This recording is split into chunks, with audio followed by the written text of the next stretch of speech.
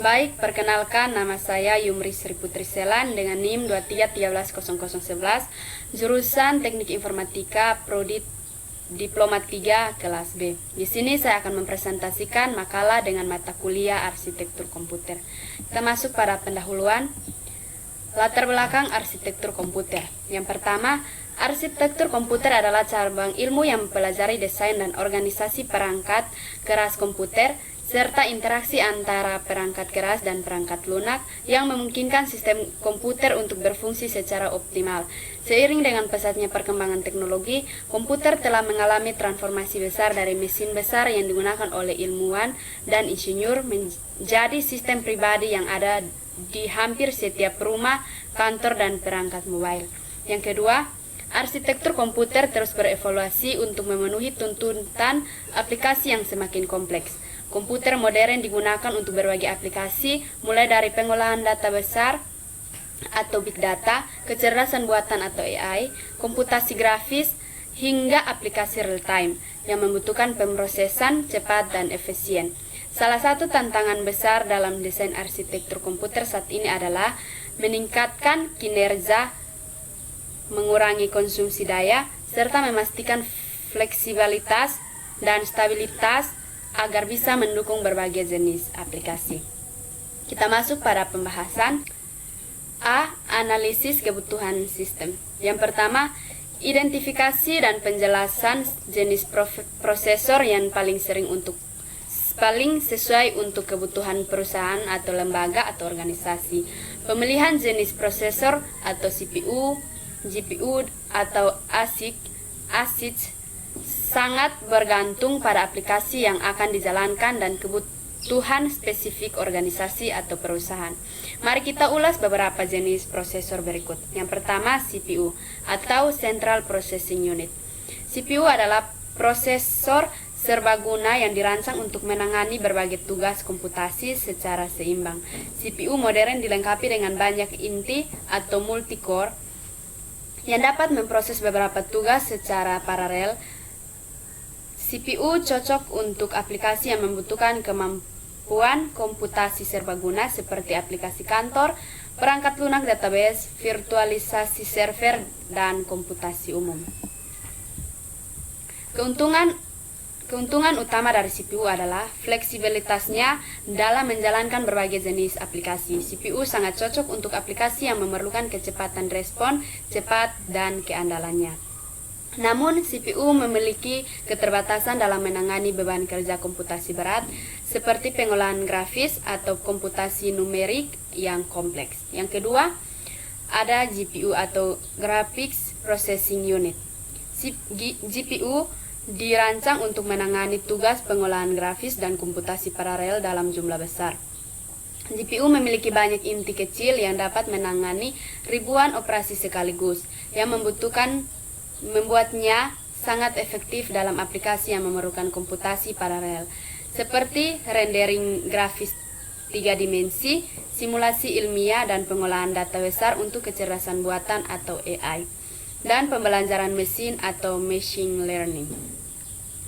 GPU sangat efektif untuk aplikasi yang membutuhkan pemrosesan data besar secara simultan, seperti pelatihan mode AI.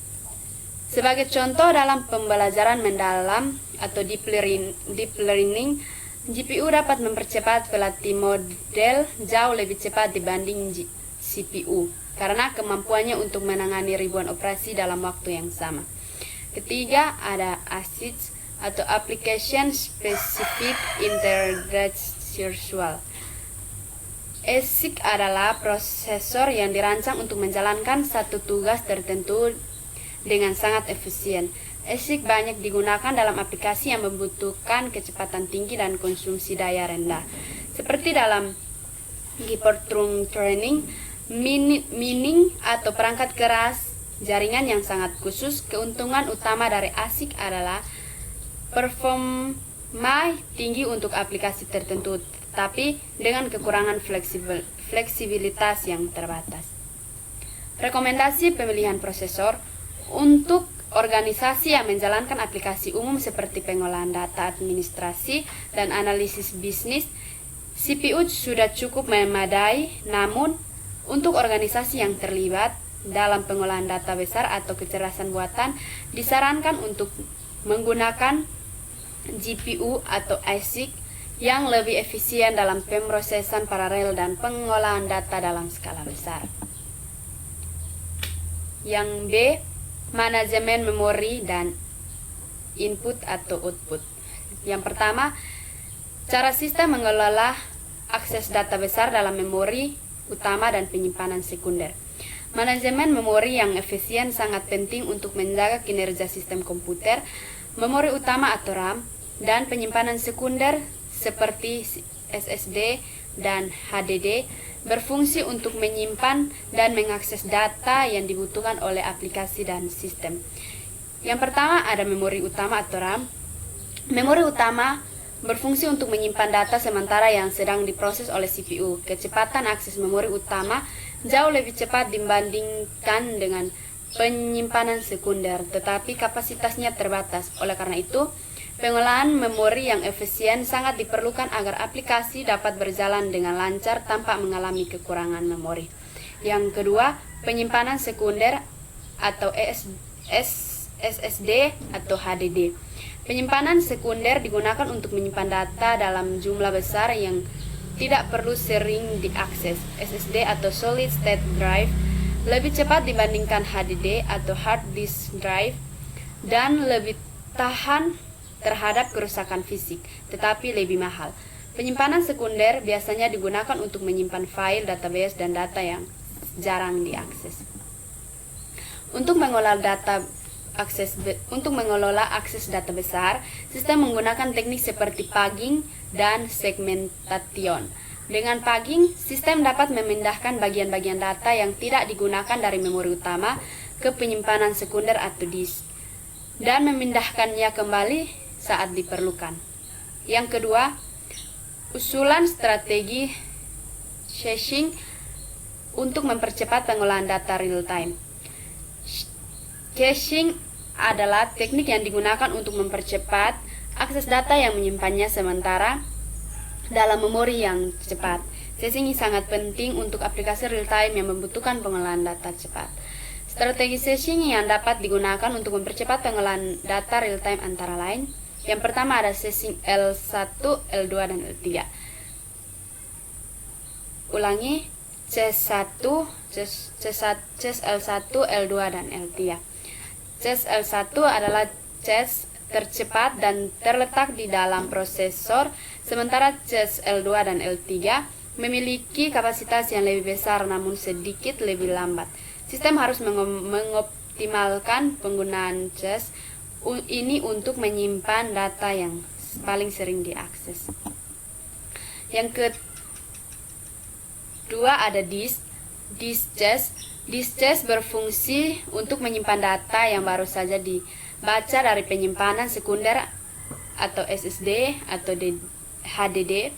Dengan menggunakan disk cache, waktu akses ke data dapat dikurangi secara signifikan, yang sangat berguna untuk aplikasi yang memerlukan pembacaan data secara terus-menerus. Untuk aplikasi real-time, strategi read-back caching dan prefetching juga bisa diterapkan untuk meningkatkan performa sistem dengan cara menyiapkan data sebelum dibutuhkan dan menyimpan perubahan data di cache sementara. C. Analisis konsumsi daya. 1. Perbandingan arsitektur berbasis prosesor tradisional dengan arsitektur berbasis sistem hemat daya seperti ARM. Perbandingan antara arsitektur prosesor berbasis x86 seperti Intel dan AMD dengan ARM menunjukkan perbedaan yang signifikan dalam hal konsumsi daya. Prosesor berbasis x86 biasanya menawarkan performa yang lebih tinggi namun mengkonsumsi daya yang lebih besar. Prosesor ini banyak digunakan di server, workstation, dan PC, di mana kinerja tinggi sangat diperlukan. Sebaliknya, ARM dirancang untuk efisien daya yang membuatnya ideal untuk perangkat mobile, IoT atau Internet of Things, dan perangkat lainnya yang memerlukan konsumsi daya rendah. ARM memiliki desain yang lebih sederhana dan mengutamakan optimasi energi, seperti banyak digunakan di smartphone, tabel, dan server low port. Keuntungan ARM, yang pertama ada efisien daya yang lebih baik, ideal untuk perangkat mobile dan aplikasi IoT. Yang kedua ada ukuran dan biaya yang lebih kecil dan terjangkau. Kelemahan ARM, performa lebih rendah dalam aplikasi yang membutuhkan pemrosesan berat seperti pengolahan data besar atau gaming. Yang kedua ada rekomendasi desain sistem dengan keseimbangan antara performa tinggi dan efisien daya. Untuk sistem yang membutuhkan keseimbangan antara performa tinggi dan efisien daya, solusi ideal adalah menggunakan prosesor ARM untuk perangkat mobile dan IoT karena efisien dalam konsumsi daya dan cukup untuk tugas ringan hingga menengah.